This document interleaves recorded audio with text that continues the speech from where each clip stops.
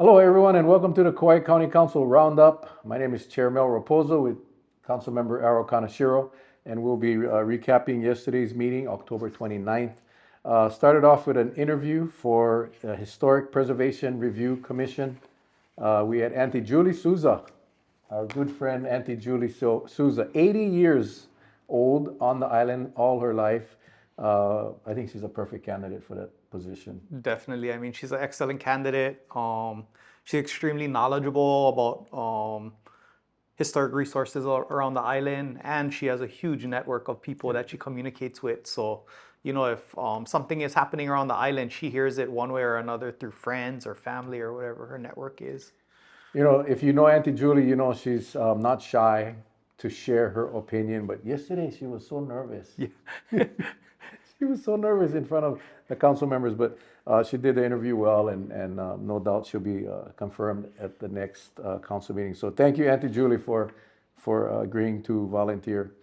Couple of approvals that we had. The first one from the State Department of Transportation in an amount of $2 million, and this is for the Kualii Safe Routes to School program, the project that will improve the roadways for our kids that we encourage to walk to school. Yeah, in that item, most of the improvements are on Hokua and Pu'u Road, and it's basically sidewalks, drainage, bus shelters, crosswalks, everything that makes it safer for kids to Yeah, walk it'll be a around. nice project, and again, $2 million is a significant amount of money from the State Department of Transportation.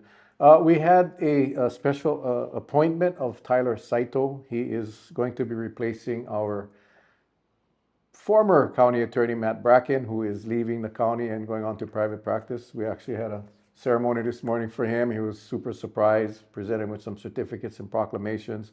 He served us well, Matt Bracken did, 10 years here in the county, and we wish him the best. Yep, and Tyler's a great candidate. We received a whole bunch of testimony from people, and it wasn't just like standard testimony. A lot of them were just very personal testimony about him working with each department or him working with certain people and how well he was. And so Tyler will do great. Yeah, he's going to be a great replacement. I did work with Tyler while we were both working at the prosecutor's office, and he's a very intelligent young man, and I think has shared some of his vision for the office and some of the improvements. So looking forward. So best wishes to Matt, and welcome aboard to Scott. Another approval, we had $150,000, which is a 50% match, meaning that the county would have to put in a 50% as well. So 150,000 from the Department of Homeland Security, and this is going to go to the Kauai Emergency Management Agency, and this really will cover the personnel cost for one of the employees. So that's a great help. Again, anything we can get from the state or the feds eases the financial burden off of our county. Interesting discussion yesterday on a donation from this company called Nanotech 2000, and they are donating a acoustic detector for the coconut rhinoceros beetle. And Valued at $600. and it was about 20 minutes of discussion about the rhinoceros beetle, which is really impacting our island and our state. This little machine will be able to, by sound, detect whether or not there are beetles in certain Tree. areas. Yeah. I was like, yeah, high tech, man. I love it. I love it. Yeah, and I know Councilmember Cowden's been working hard on this CRB Councilmember issue. Holland. Councilmember Holland, sorry. Yeah, Fern's been working really hard on it. I mean, she's pretty much been working with parks and the golf course on like every action we can possibly do to try and prevent these beetles from spreading. But, it's a difficult one. I mean, this thing, we'll hear it in the tree, but we still don't have a good way of actually getting rid of the beetles. So we're still in a battle on this front. Yeah, Councilmember Holland is on a mission against these little beetles. She has put a lot of effort, as Mr. Kanashiro just said. I did attend one Zoom call that I was invited to sit in, and she had every agency at the local, state, and federal level in that meeting to talk about this beetle because it is devastating our island slowly but surely. So yeah, we'll see how that thing pans out. Hopefully it does work and we can track down these beetles and get rid of them. We had a resolution that confirmed the mayoral appointment to the Board of Ethics, Chloe Waipa, which is the 17-year-old that is she'll be an ex officio member, meaning she won't have voting rights, but she will be an active participant. And that is a program that Mayor Kawakami started where we are actually bringing in our youth to sit on commissions in the ex officio capacity so we can get input from that generation. Because, like, you're young, but you're not that young. I'm getting called uncle a lot. Well, so I think it's awesome that we bring in the young generation, and it's great experience for them as well as for the other commissioners. So, congratulations, Chloe, you have been appointed. We had the final reading on our bills. The first bill was electric bicycles. We introduced an electric bicycle bill, kind of just to regulate the use, more for the safety of our kids that are out there riding these bikes and creating some issues. So we had a few amendments to bring us in line with the state law and with some other things. But at the end of the day, it's a good bill. It's a workable bill, and I think it'll be used as a tool to educate and inform the public, especially our parents, who are, Christmas is coming up. And, you know, they're thinking, I'll just buy my kid an e-bike. E-bikes are illegal for children under the age of 15. Cannot ride them on the road. So for parents watching, make sure you know the laws before you go out and invest in one of those bikes. We also had a bill that increased the rates for our taxi cabs. They have been stagnant at the rate for many years while gas prices and maintenance costs have gone up. So it was just a pretty simple bill, just increasing the rate for their touring rates so they can, you know, at least break even. I mean, they were struggling, and we're happy to help them out. And then we had a series of bills, 4 of the bills that addressed the plantation camp housing that we spent quite a bit of time on.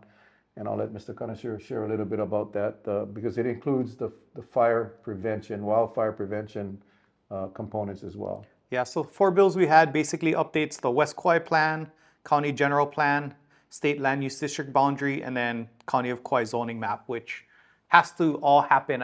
It all has to happen for everything to be consistent.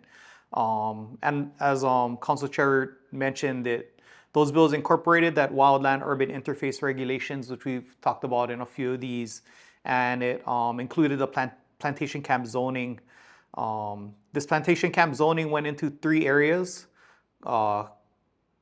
Ka'awanui Village, Pakala Village, and Kamakani Avenue. And in a few of those, Ka'awanui Village, we added an area next to the plantation camp where there's going to be more development of plantation camp type homes. Pakala Village, we added another section which was going to help with, I believe, like, what was it? Oh yeah, it was extended to build resilience against both coastal and wildfire hazards. So if the coastline does start getting eaten up, there's a lot of houses right along the coastline.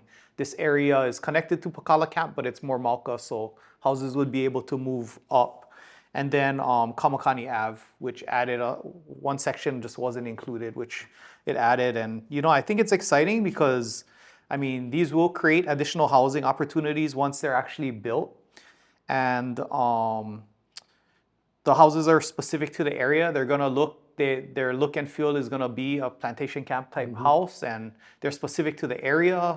Planning did a great job of looking at the houses that were there and existing, and they created these new housings that are basically exactly what the old houses look like, but newer, which I thought was cool. And, you know, we also had one that we ended up sending back to Planning Commission that was in New Mill area, but the houses were different because they looked at each area differently, right? Yeah. So these houses had certain, you know, porches, and the other ones had different porches. So it was kind of interesting the amount of time and energy they put into that, which I think is good.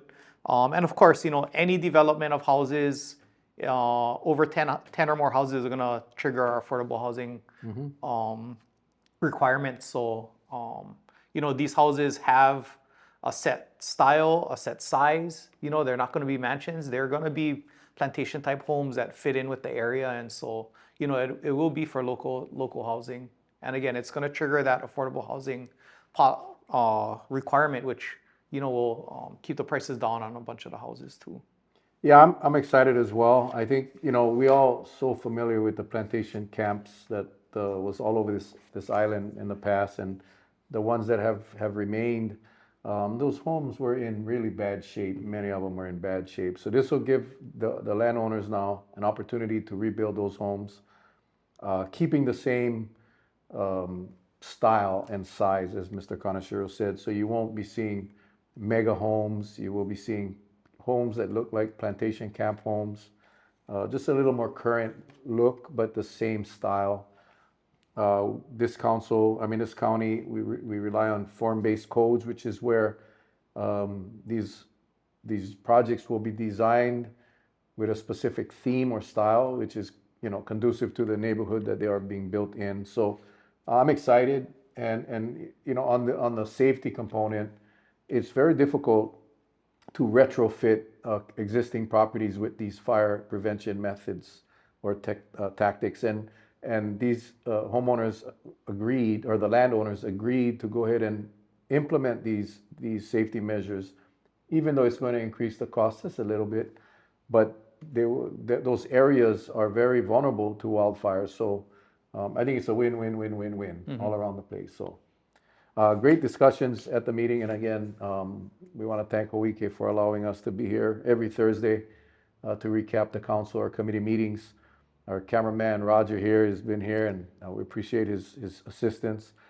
You can watch the meetings live every Wednesday morning at 8:30 on Hoike's YouTube channel.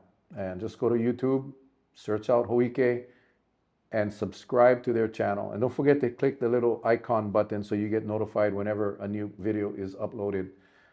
You can also watch it on our county website, www.kauai.gov. Just hit the webcast meetings button and you can watch it there as well. I like the quality of YouTube better. And you can also see all the archived meetings as well. So again, much mahalo to Hoike. Anything else, my friend? Nope, you got it. We will not have a recap next week because we don't have a meeting next week. So we'll see you on the next one. All right. Until next time, guys. Ahui ho. God bless.